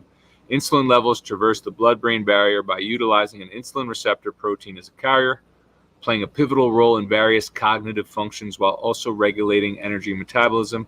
TBI causes elevated blood glucose levels.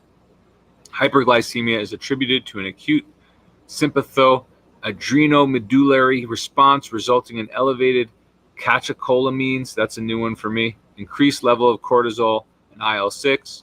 Moreover, there is a potential association with hypothalamic involvement. Additionally, glycemia is linked to lactic acidosis at the tissue level, ultimately contributing to higher mortality rates.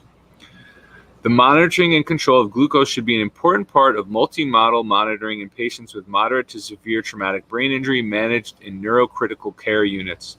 A management protocol should ensure normoglycemia and early detection and correction of glucose abnormalities since it improves patients' clinical outcomes. Okay, so this is super interesting.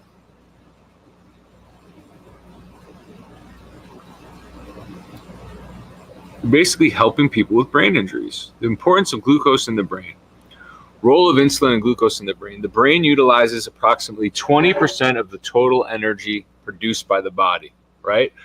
How many of us hear the quote, we only use, 10% of our brain? And the brain utilizes 20% of the total energy produced by the body. The constant activation of neurons to regulate vital functions, even during sleep, results in a higher energetic expenditure than in other cells. Since the brain relies almost exclusively on glucose for its energy needs, a continuous supply of glucose is crucial for proper brain metabolic activities, vitality, signal conduction, neurotransmission, synaptic plasticity, and cognitive function. Variations in glucose levels can compromise these functions, okay? Which means if you have low amounts of glucose going to your brain, you are compromised. This is why people have despondency, and this is why people have no hope, because they are not getting enough glucose to their brain, and their body is signaling, you don't deserve to live, you're going to die. So you feel like death, you feel like dying, you feel suicidal. And if you can restore that glucose, especially the people who are not going to spend 2, 3, 4, 5 years on a clean, low vitamin A diet, if you can restore that and get a win, that can be a short-term win, especially for a world that is super toxic and doing all the wrong types of sugar. Glucose is regulated by several hormones that ensures it remains with a non-harmful range. Normal blood glucose concentrations when fasting are less than 6.1 mmol per liter, less than 110 milligrams per deciliter, and 7.8 or less than 140 milligrams per deciliter in postprandial glycemia or with HbA1c. After a traumatic brain injury, glucose metabolism at the brain level is disrupted. Okay? This is who we are talking to. I am not going to tell someone suffering from CTE and brain injuries, I'm not going to tell these people not to take glucose. That's not cool to me. It's not cool to me at all. Okay? After a traumatic brain injury, glucose metabolism is disrupted, and it has been observed that insulin has a significant impact on metabolism, particularly in the motor cortex. I had a friend back home in my hometown, got into a bad fight, got jumped, had a brain injury, and he turned into a different human being. He became super obese, and he had a little bit of like a spectrum disorder. And I can't help but think, and I think he passed away now. I think he had a car accident after that made his brain injury worse. I can't help but think, what if that guy could have tried glucose, and then we could have got him on like a low vitamin A diet type of thing. No, I'm not working with. Do you disavow Dr. Garrett Smith's heated rant against corn-derived dextrose and glucose as a processed food, Thor? Are you ignoring the science he brings to the table? What's your position? I'm not disavowing anything. I do not want to go against Dr. Garrett Smith at all. I think this will be the third time I'm saying this. I really like Dr. Garrett Smith a lot, and I think he's incredible. I think he's one of the best doctors. I'm just not going to villainize glucose yet. That's all. And I'm going to show all this research. And then I'm going to show that after a traumatic brain injury, people have a disruption in their metabolism, and that if we restore their brains with glucose, there's people out there who are not going to there are people out there not going to do the work on a low vitamin A diet. Perfect world, everyone goes on a low vitamin A diet. Within 1 to 5 years, those depletions correct themselves and their cognitive function and everything improves. That's not what we're seeing in 100% of the cases. There are people who have been on a low vitamin A diet for 2 to 3 years and have still cognitive issues. And these same people are saying they're starting to experiment with glucose, and those cognitive issues are getting better. And I'm not going to ignore those people or disavow any of those people. How could I disavow a girl who had 100 suicidal thoughts and now has 0 because she's supplemented with dextrose powder? We live in a toxic world. We don't live in a pure environment. Sometimes you have to do little workarounds and band-aids. And sometimes you have to work with people. Like, when I can't be like, oh, you don't want to do that? Well, then have fun staying suicidal. I'm going to be like, okay, well, let's try this, you know? So don't be whack and turn this into like a fight or a debate, or everyone's like, you need to debate, and like, there's going to be no fighting here. It's all respect and love for me. With that said, I'm not disavowing glucose, and I'm not throwing glucose out the window, especially for my pro athletes that I work with. Because when I have my pro athletes in their prime from 20 to 35, and my recommendations are helping them destroy their workouts, their two-a-days, where they're going to get paid more money and be more successful, then I'm winning too with them, right? I'm not going to say, hey, just go into your second workout depleted. Let's do a post-workout drink, just reverse osmosis water, lemon, lime, potassium, sodium, and a scoop of dextrose. Oh, Thor, I took that drink, man, and my second training session that day was better than the first. That's what we're doing. You know, that's what I'm shooting for, to restore, you know, in the moment restoration. That's what it's about. Okay, so we're seeing this study. Let me share this study in the group. I think I shared this. Let me share this one. So we're sharing all of these studies. That was a good one showing that. We showed the cerebral traumatic injury. We showed the migraine. Let's show, there's another one here. Cerebral microdialysis and glucopenia and traumatic brain injury. Let's get this in the chat. Here's another good one. Cerebral microdialysis. Gonna put this in the chat. So we have a lot to learn and a lot to talk about, you know. And listen, I agree with Dr. Smith, where if you are going to do glucose, that's on you. That has nothing to do with him. And if you get wrecked from it, that's not his fault. And not everyone is going to have a good experience on glucose, especially if you're just shooting shots in the dark, mega dosing, you know, especially if you don't have, we had a guy the other day who said, oh, glucose didn't work for me. And I said, okay, cool. What were your symptoms? Did you have concussions? Did you have cognitive symptoms? And he said, no, you know, I didn't have any symptoms. So I said, well, why the heck did you try it? Why did you try glucose if you were doing fine? If it ain't broke, don't fix it. Okay, we shared this one. Let's share, we'll share this one.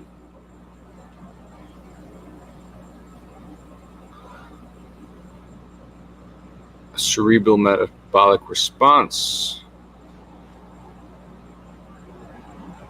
This is another good one. I'm going to share this in the chat for everyone to look through.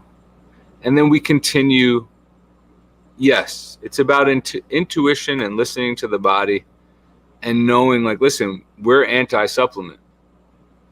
We're anti a lot of nonsense. I'm not looking at glucose like methylene blue and liver and like berberine and all these crazy things people are doing. I'm not looking at glucose as brain fuel. Let's not overcomplicate a simple sugar that's the fuel for brains and cells. Let's not overcomplicate it, you know. And then we will look at this study, optimizing cerebral glucose. And this is a pretty interesting one too. Optimizing cerebral glucose in severe traumatic brain injury, still some way to go. You know, we're dealing with people who are injured, right? I like to jump to the conclusion. But some of the factors that affect cerebral glucose metabolism in patients with traumatic brain injury, a study recently reported in Critical Care suggests a blood glucose range that may optimize cerebral glucose utilization. The findings of this study are evaluated and discussed. Some of the mechanisms of cerebral glucose control are explored, including the impact of intensive insulin therapy on cerebral metabolism. So this is super interesting.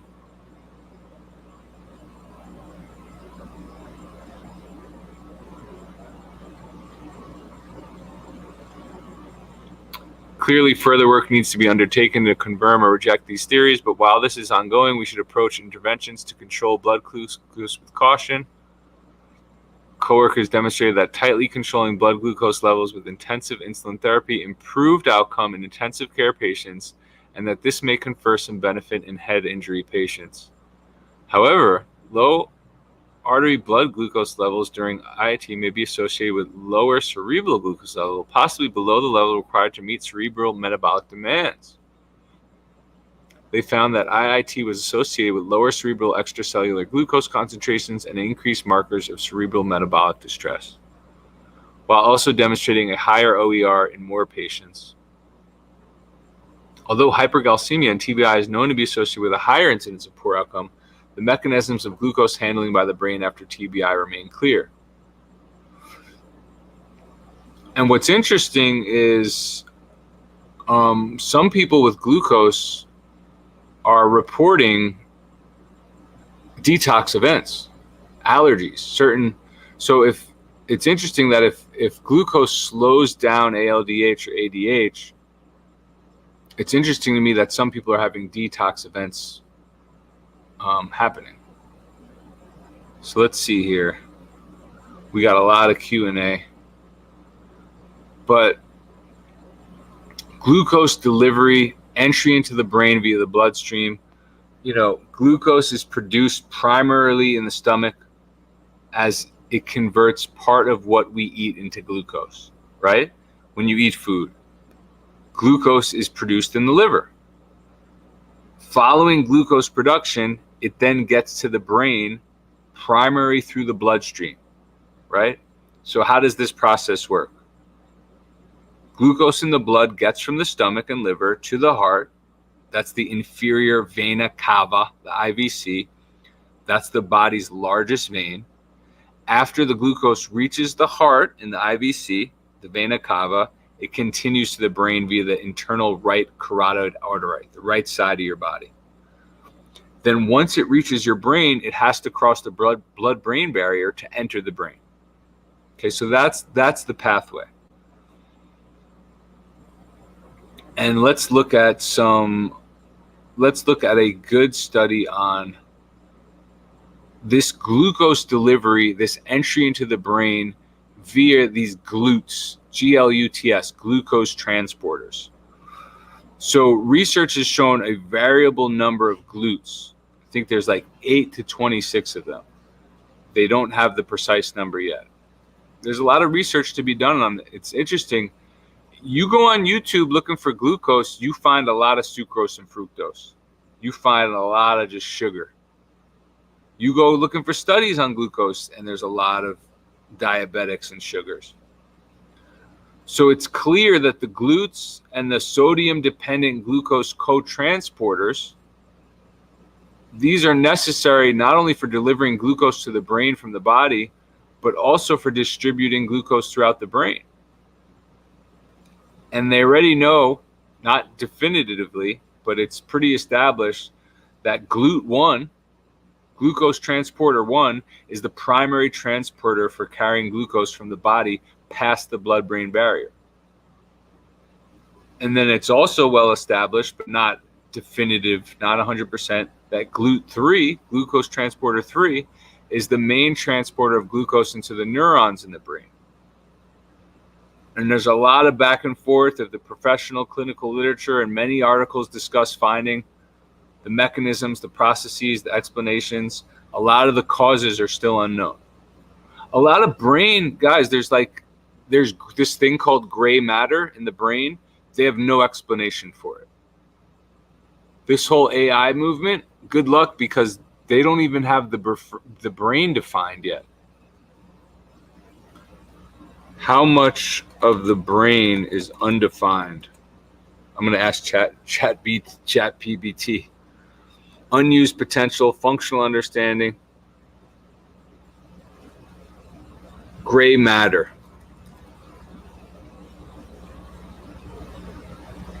You know, they still can't even define some of these things with gray matter, right? So we can kind of wrap it up with this. What's the point if you do not, no one should do anything that they don't want to do. When you see someone say dextrose is healing my PTSD, I work with a lot of veterans. I work for as many people as I influence and convince that vitamin A diet is the right diet, because it is. There's also a handful of my guys and girls who are like, yo, you're crazy. But if I can so they're not going to go on a low vitamin A diet. They're going to drink their Fairlife. They're going to take their 12 eggs. They're going to go to the gym. They're going to be depressed. They're going to have their PTSD. Okay. Hey, try some dextrose and glucose. Hey, Thor, I tried that dextrose and glucose. That was an easy win. I feel like my PTSD is going away. I feel like my depression and schizophrenia is going away. Okay, now do you trust me? Now let's try the low vitamin A diet. Now let's get rid of the toxicities that are causing you the deficiencies. Let's get rid of the real things that are causing cognitive problems. Okay, let's go through some comments. It really woke me up recently after a few high vitamin A test days, and I just felt overall a lot worse compared with low vitamin A. Yeah. So what happens, guys, is we'll have somebody try this for a little, then they'll go back to their high vitamin A, and then they'll just feel like shit. My mother gave me dextrose tablets after an illness since as early as I can remember. That's super interesting. 300 grams a day. Xander, I don't know what you're talking about. Duriander would be great to have on your podcast. He's healed thousands with sugar as well. Oh, God. What type of sugar? Now I see why Dr. Garrett Smith gets mad at this. No, listen. I'm interested in hearing that story. I think Grant Ginrou did sugar. Didn't Grant Ginrou white sugar? Didn't he have a blog post where he did sugar?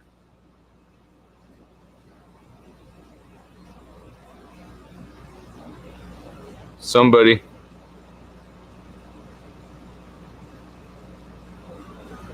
I think Grant Ginrou did an experiment with a shit ton of white sugar. I should have had that ready for this live. Many people have cured cancer and reversed diseases on juice fast. The common thing with all the juices is the sugar content. Sugar heals all. We are massively sugar glucose deficient. I wouldn't say sugar heals all. And I would say that some of those juice fasts can be like a carrot juice fast can be a nature's chemo. You know, I wonder if glucose is overall better for the teeth, though I'm seeing vitamin A as the main culprit for that too, since it causes bone losses. Yeah, I wouldn't, even though some people are saying that they took glucose and it fixed a split in their nail they had for years. And the theory is that once your brain gets restored, your brain can then go fix other things. I do not want to start looking at glucose as a cure-all. I want to look at glucose as people who have cognitive issues and traumatic brain injuries and or grew up in an abusive household and have PTSD. I want to look at that theory that they have a glucose limiting event and they had multiple throughout their lives. And ever since those events occurred, for whatever reason, they are not getting adequate glucose to their brain, and no amount of food is doing it. And in fact, the sucrose and fructose and the candy and the sodas and the teas and the Red Bulls, they're making it worse. I want to have the conversation of us moving to dextrose and glucose as we wean off of our sugar addiction and as we wean off the bad sugar, the polysaccharides. I'm doing low vitamin A diet for a year. but not helping a concussion I had a year ago. It makes one side of the brain to feel dull, but the glucose for 2 weeks is helping. Invite Dr. Stevens again. This is what I'm talking about, guys. This is why I can't dismiss glucose and just throw it out the window.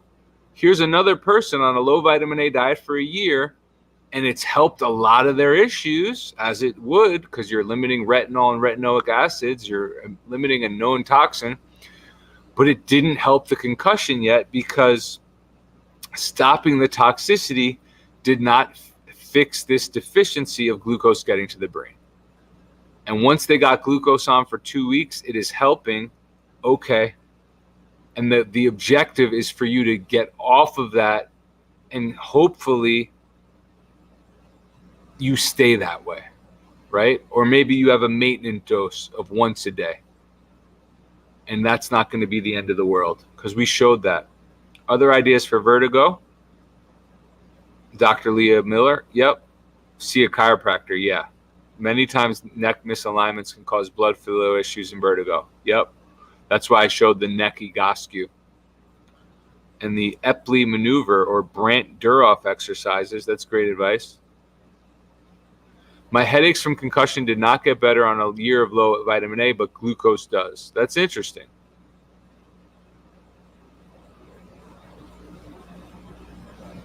My question is, what kind of low vitamin A diet were you on? What is a good source of potassium for someone who doesn't like bananas? Coconut water, but I wouldn't do that forever. And if you go on a low vitamin A diet, eventually your potassium, your channels won't be blocked. You know, so coconut water, and then you could do some 50-50 salt, potassium chloride and sodium chloride salt. You could do some potassium citrate. Don't overdo it. Don't just guess and go on your own. My blood sugar is not going up at all, taking already 10 tablespoons of glucose a day. Once again, I'm not telling anybody to take glucose. I'm sharing stories about it's helping people, and I am seeing a lot of stories where their blood sugar is not drastically changing up or down on glucose. This is doing something way different to people than fructose and sucrose.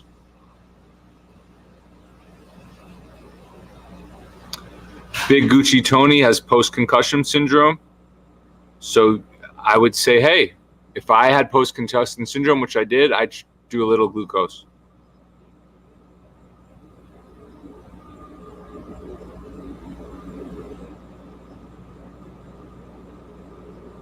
Okay.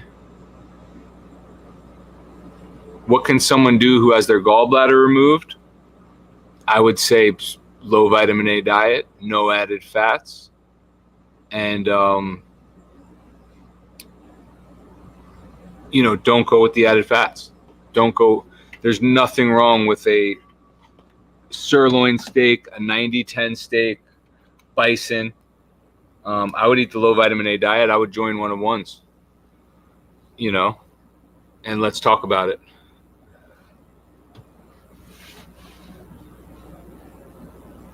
I find the sugar release from honey better than sugar or gems, more glucose, like I've been getting in glucose coffees lately with some potassium and magnesium. My mother gave me dextrose back in the 80s. She was never keen on paracetamol and other synthetic cold medicines. That's interesting. I'm glad glucose is helping you. I'm doing well so far, although it is still early, but my digestion improved immediately. My brain fog is gone already.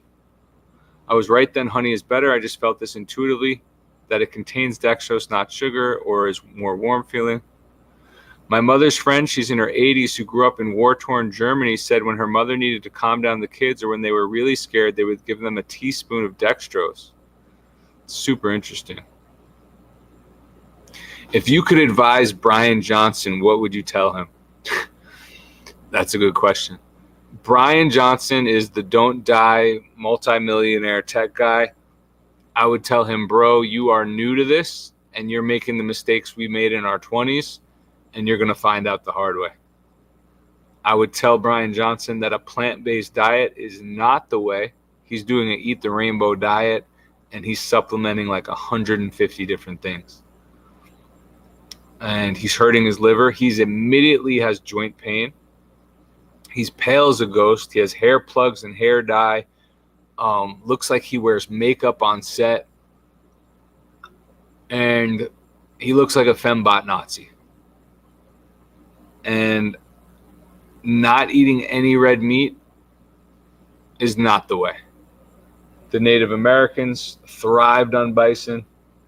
The Africans thrive on big game meats, sorghum, some roots and some tubers and some fibrous fruits, and stop eating the spinach and the kale and the sweet potatoes and the colorful plants, because colorful plants are toxic. And we were never supposed to eat seasonal plants 365 days a year. The double-edged sword of capitalism is that you can go into the grocery store and you can buy a plant that should be once a year in your neck of the woods. You can now have that plant anytime. You can eat a mango every day. You can eat watermelon every day. You can eat oranges every day. That's not natural. That's not healthy. You guys are doing too much. And if you're doing 150 supplements a day, that's a clear indicator that you are a drug addict and you're a pill popper and you're hurting your liver. And multi-ingredient supplements are one of the leading causes of injuries in the emergency room. Glucose is the nutrient and is the most essential thing that we can put in ourselves. Sleep, sugar, and water. Sugar is essential for all that healing to happen. Unlimited as much as your body wants. Xander, you're going in on the... She said many of the German mothers would do this, and if they didn't have dextrose, they were given some honey. I've been using honey pre-workout for a couple of years. As you're saying, its sugar fuels the performance. Then, yeah, replenish after honey and some baking super soda pre-workout.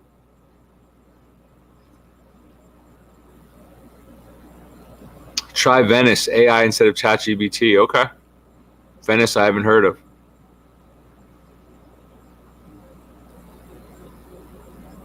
Wow, so you guys are trying glucose in coffee.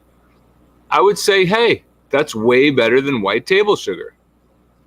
That's way better. Thor, thanks for your info. I've improved my bowel movement since quitting eggs after eating a lot of them for 13 straight years. Not one person that we've gotten off eggs is worse for it. No one is stopping eggs and saying, oh my God, my life's falling apart. Majority of people are stopping eggs and saying, hey man, I feel a lot better. Eggs are a unfertilized waste product from the asshole/vagina of a female stressed out bird. There's no way that eggs are anabolic. You've been duped. You've been lied to. The jungle fowl in nature lays 10 to 15 eggs a year. Some of you are eating that many in a day. That never would have been a natural thing for you. How many eggs does the Hadzabe tribe eat a year? You've been duped by Big Egg and Big Dairy, and this is the double-edged sword of capitalism. They have a product to sell, and you are the mark. You are the customer.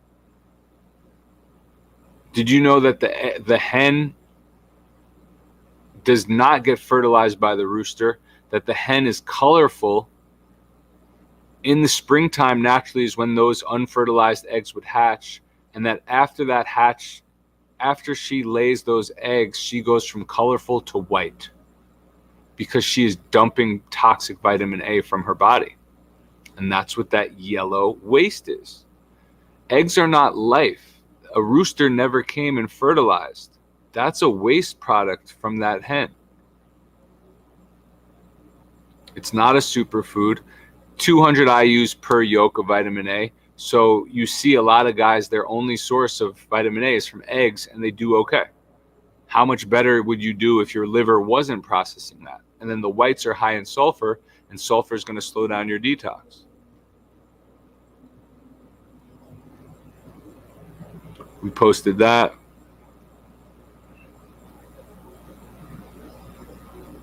Yeah.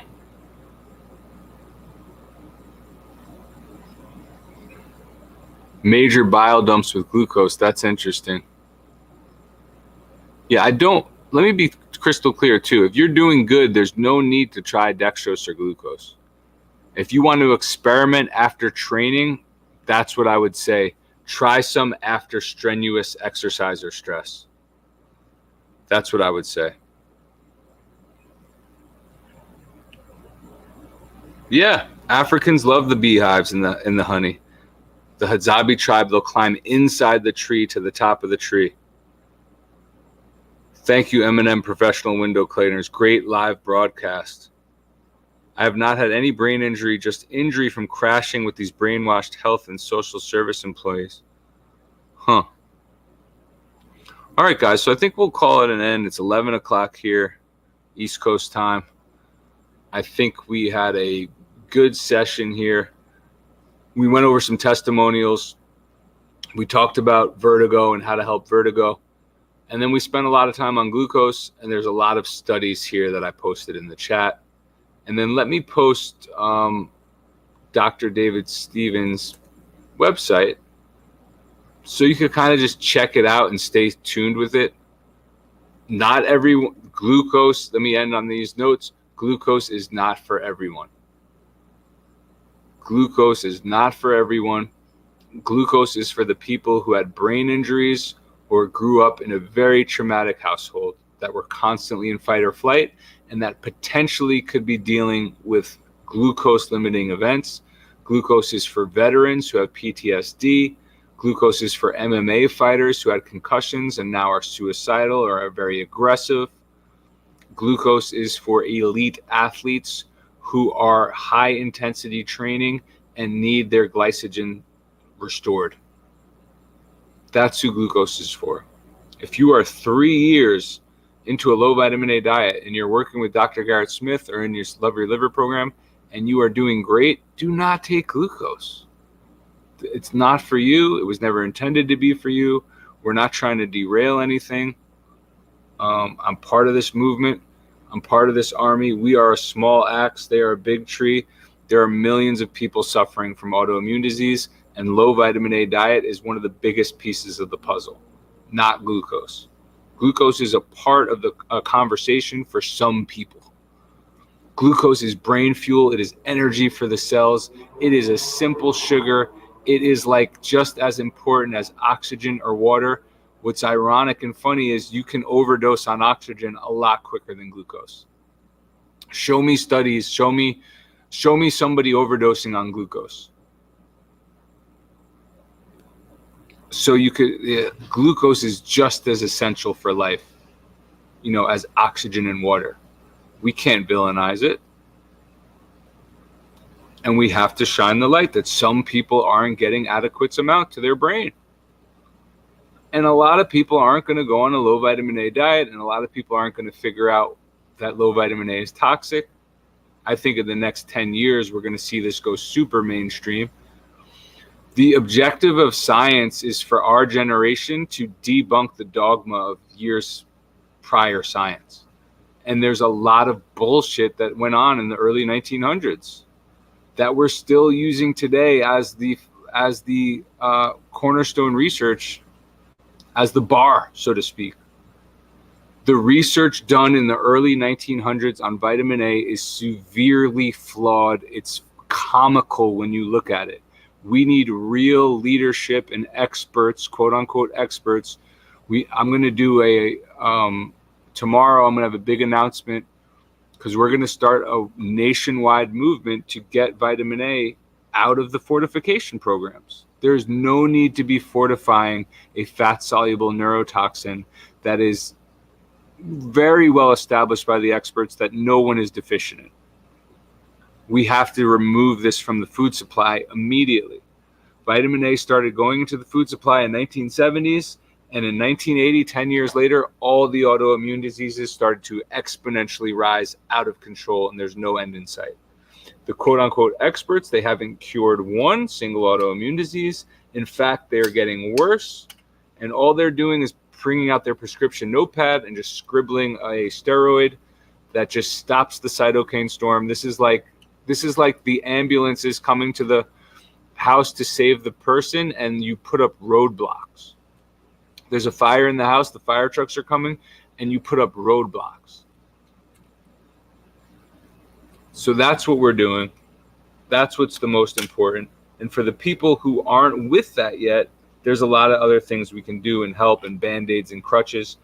And we can't categorize brain fuel energy to the cell of glucose, we can't put that in the same category as methylene blue and liver and megadose vitamin C even.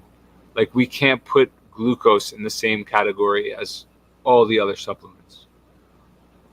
And for those of you who have brain fog, brain injury, stressful lives, you can't retain a page of a book, and you don't want to wait. You don't want to go on a low vitamin A diet because you don't believe that vitamin A is toxic. It is. You still think vitamin A is a vitamin. It isn't.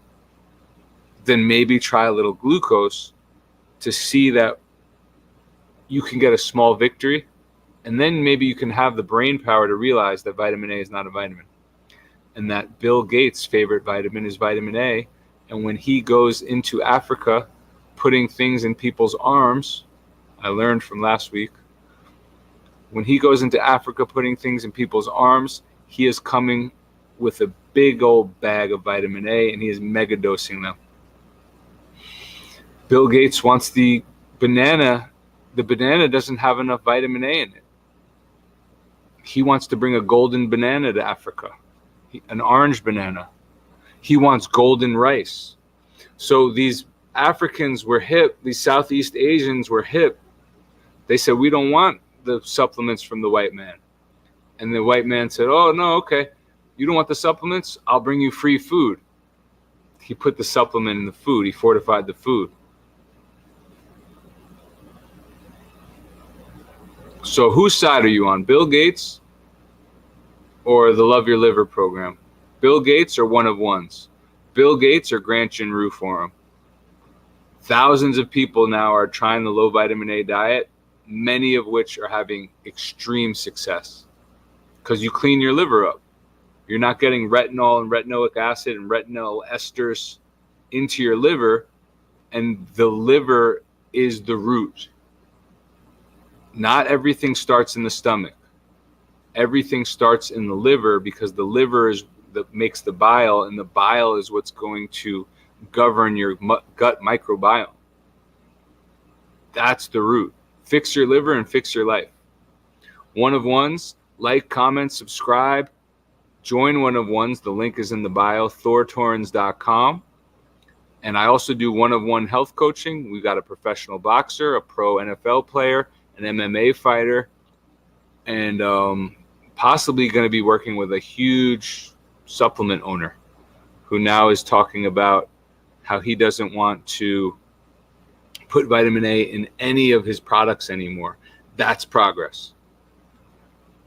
And if you want to call me an agent after we make moves like that, call me an agent, but we're an agent for a change, and we're an agent for good. And we are not controlled opposition. We are uncontrolled opposition. Why you got a pimple on your head? Where's my pimple? This? That's like a birthmark mole, but it's going away. Well, there's a lot of bullshit research going on today too. Yeah, you joined at the end. You could see it you could go back and watch. All right, brothers and sisters. One of one's over and out. Great live stream. 2 hours and 3 minutes. I'll see you next Thursday. Peace out, homie.